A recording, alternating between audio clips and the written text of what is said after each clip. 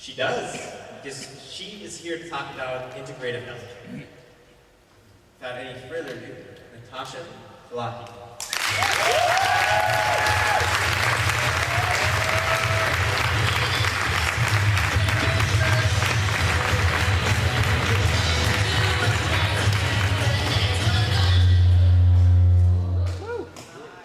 Is this working?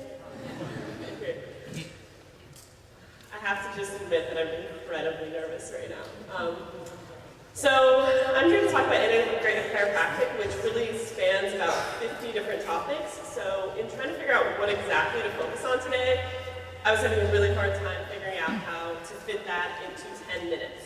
Because they seem all over the place, kind of doesn't really seem to make sense. So what I finally decided on was to talk about my story, because that's the only way that it really made sense to bring all of this together.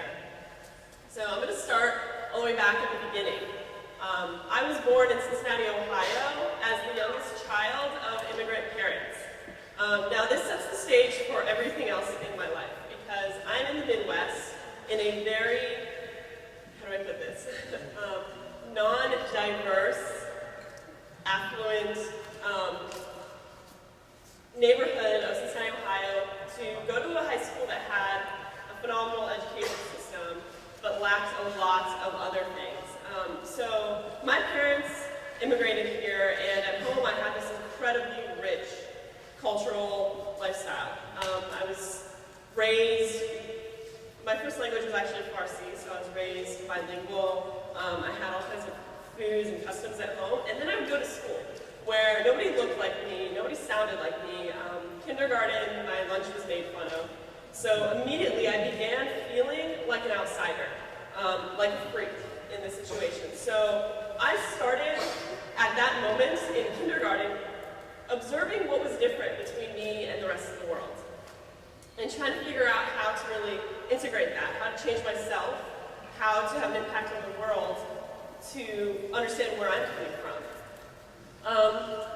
And so that continued. I was a very good student. I took all AP classes. I got really great grades. And being an Iranian American, or if you know any immigrant children, it's kind of expected that you become a medical doctor, or a lawyer, or an engineer, but really a medical doctor.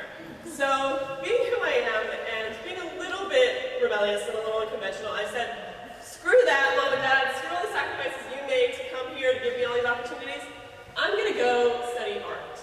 So I went to college in Boston to study art at Northeastern University, and in my mind, being a really great student and everyone being like, oh, why are you doing art? You're never going to make money. You're just like being lazy. You're just sitting around and like, why are you wasting your math and science skills? And I thought, well, I'm left brain, I'm right brain. I'll study design. So I did a dual degree in like multimedia studies, communication, graphic design. Had fun. Was also kind of a freak in college with all the other art students. I went through that. But there's a whole other story underlying this. That's my health story. That's really where chiropractic comes into this. So growing up, I was kind of chronically ill for no reason. Like not quite sick enough to be diagnosed with anything, but just kind of like everyone around, where you have kind of chronic fatigue syndrome, or you don't have kind of energy, you sleep all day, you stay up all night, you eat crappy food, you just don't feel right. And that got progressively worse. And in college, that sort of hit rock bottom. And so I would quit every other semester of school, and I would say, screw this, I don't feel good, I don't have the energy to do this, I'm going to travel. So I started traveling around the world as kind of an escape to not being able to balance my life. I went everywhere I could. I went places to really like bridge this understanding of like what's different with Americans and the rest of the world, and try to really understand, like reintegrate my understanding of like being bicultural, and it was also an escape thing because I couldn't really balance my life. So this became a really integral part of my life. It changed the way that I viewed how to do things. I went also to a private college where everybody had MacBooks and every possible technology, and they weren't really working hard. They were like partying all day and doing the minimum to get by, and that enraged me. So I would go across the world and I'd spend 6 months in Iran, where it is, censored. Everything's censored. You can't make art. There's no forum for that. And I'd see people like working in their bathrooms over their toilet just to like make art to make art. So this really fed into my understanding of opportunities and what it means to be human and what it means to express yourself and how that can get really confused in a culture that has too many options, basically. So I would quit every other quarter, and then I'd get a little re-energized being out in the world and get re-inspired and say, all right, I can go back, I can finish this. So I'd go back to school, but it was in 2006 that I really hit rock bottom, and I call this my turning point. It was where the chronic fatigue, the like unexplained illness, just got to a point where I just really couldn't handle it anymore. And I had my first anxiety attack my junior year of college, and I had no idea what an anxiety attack was at that point. All I knew was I was sitting there in the middle of programming class, and I got up and ran to the bathroom and vomited all over the place. And I didn't understand what that was. And I mean, like, I'm not one to induce vomiting, so that was like really against my body's wishes. And that continued, and it continued until it led up to 3 times a day. I was involuntarily vomiting. I was 20 pounds lighter than I am right now, and I didn't understand what was going on because I thought I was relatively healthy. I had pretty good party genes, and I got really confused and I got really scared. And growing up in America, I was really attached to Western medicine, so I started seeing every possible specialist there was. And nobody had an answer for me. Every single doctor I went to told me, it's in your head, take some antidepressants, and your hormones are probably messed up, so get on birth control. I really didn't think that was the answer. Like, that felt really wrong to me, so I rejected it as long as I could.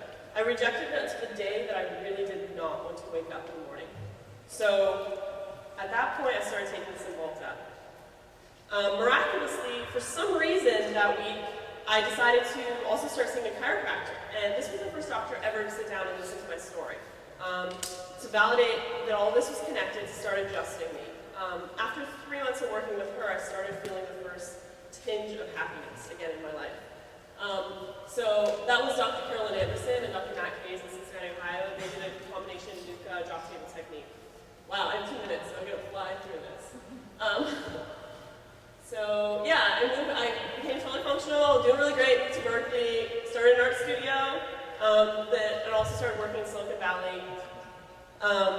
Was doing that whole thing, and I continued my chiropractic care in the Bay Area.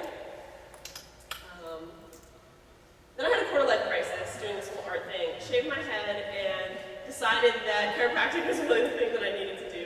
So I enrolled in Life Chiropractic School, and I started studying both philosophy and science here. Got really involved in the Functional Neurology Club. This is a picture with my friend Lance here.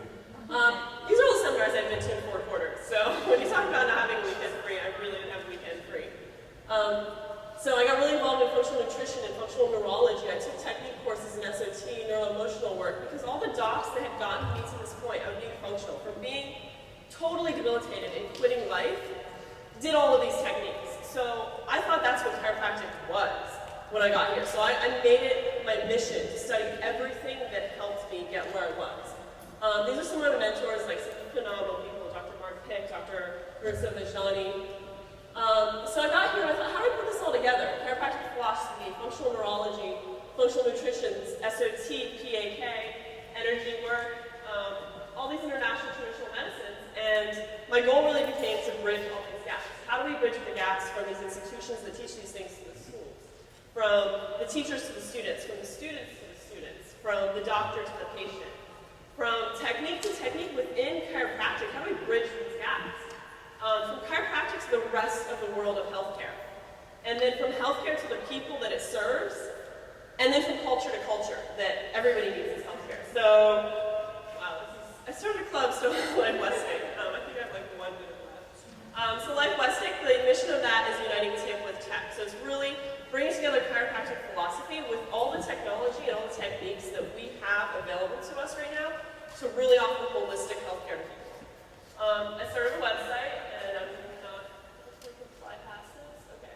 And then I'm just going to close with this. So I guess Life Westing was born this quarter, and it was really me looking at how do I bring all this together. and it really was my goal to help everyone else have a path to continue studying all of these disparate but very interconnected things. So we are the freaks and geeks of chiropractic.